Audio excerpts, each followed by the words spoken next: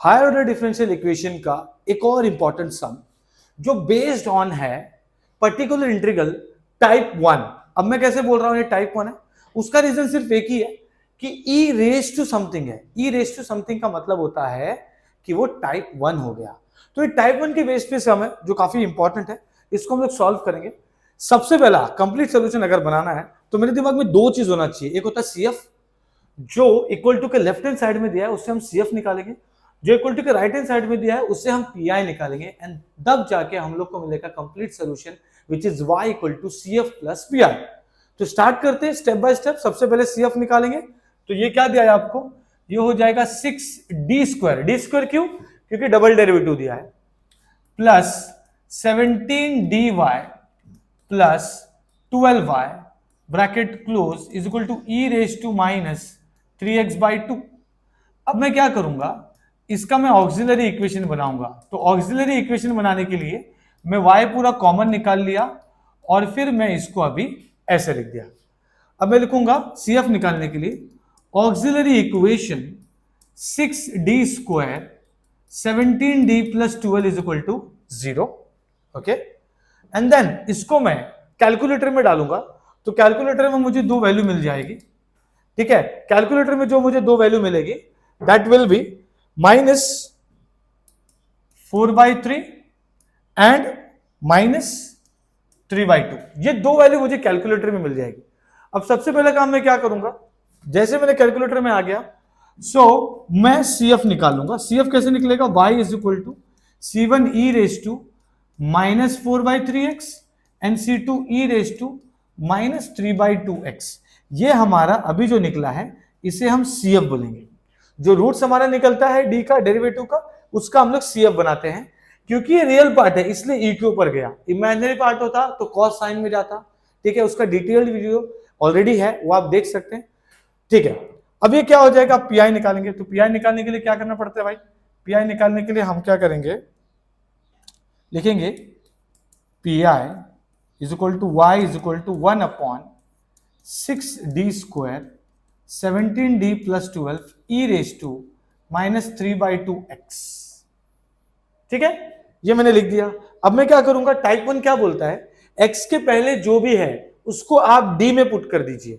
तो मैं क्या करूंगा, अगर मैं इसको कैलकुलेटर में पुट करूं, ठीक है, कैलकुलेटर में पुट करूं तो ये क्या हो जाएगा, देखो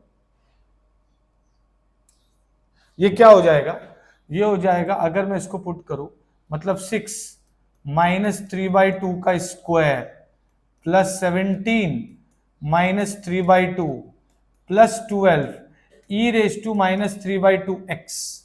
अब मैं अगर इसको पुट करूं कैलकुलेटर में तो ये मुझे क्या देगा, या फिर मैं इसको सॉल्व कर लूं तो मुझे क्या देगा। आप देखो ये 4 है, ठीक है, ये हो जाएगा 6 2 3 6।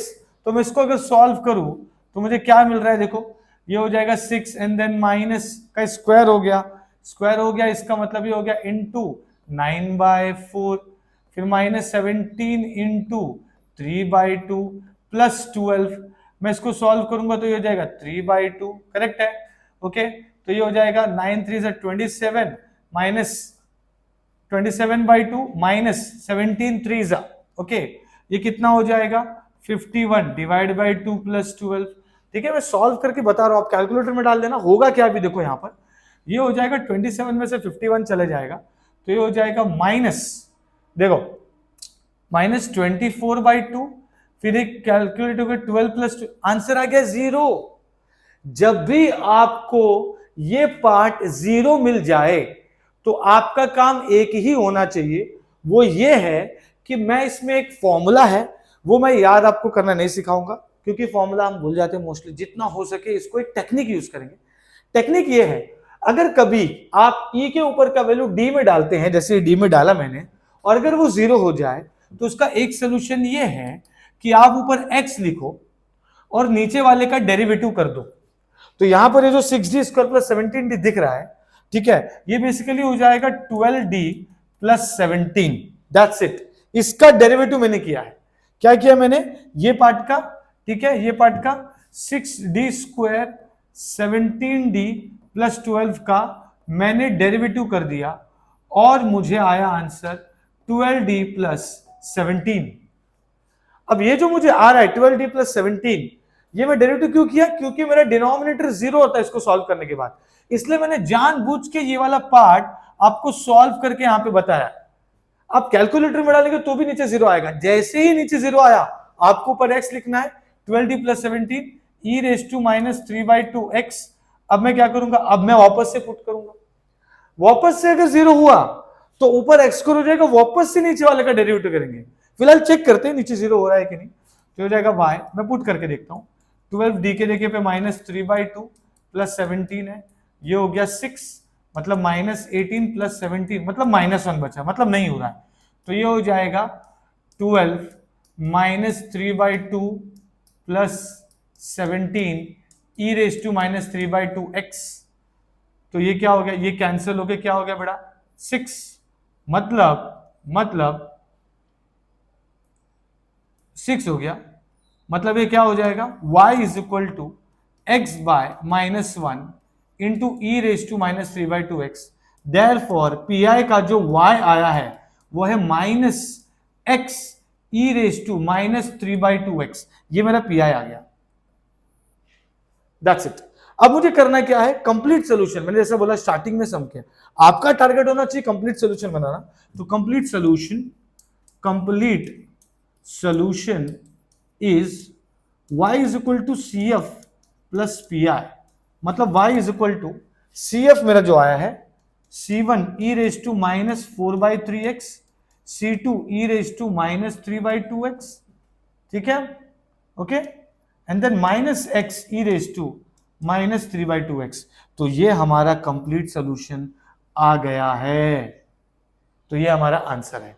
ओके, तो कुछ नहीं किया, ऑक्सिलरी इक्वेशन निकाला, टाइप 1 का सम है, ई के ऊपर एक्स को छोड़ के कुछ भी है उसको डी में पुट करना है। हुआ क्या इसमें नया चीज कि जो आप वैल्यू पुट कर रहे हैं यहां पर, जो मैं आपको बता रहा हूं, ये यहां पे 0 हो गया। ये 0 होने की वजह से मैं ऊपर x लिखूंगा और नीचे डेरिवेटिव कर दूंगा। जब भी ये 1/0 होगा मतलब वो इनफाइनाइट हो रहा है, इनफाइनाइट हो रहा है, मुझे क्या करना पड़ेगा? इसको कुछ तो तरीका होगा, तो उसका तरीका ये है, ऊपर x लिखो नीचे डेरिवेटिव कर दो, वापस से 0 आया तो ऊपर एक और x मतलब x स्क्वायर, फिर वापस से नीचे डेरिवेटिव कर दो, फिर वो e का जो x का कोफिशिएंट है वो पुट करो। ये करके हम सॉल्व करते हैं। तो आई होप आपको ये समझ में आया। Okay, thank you so much.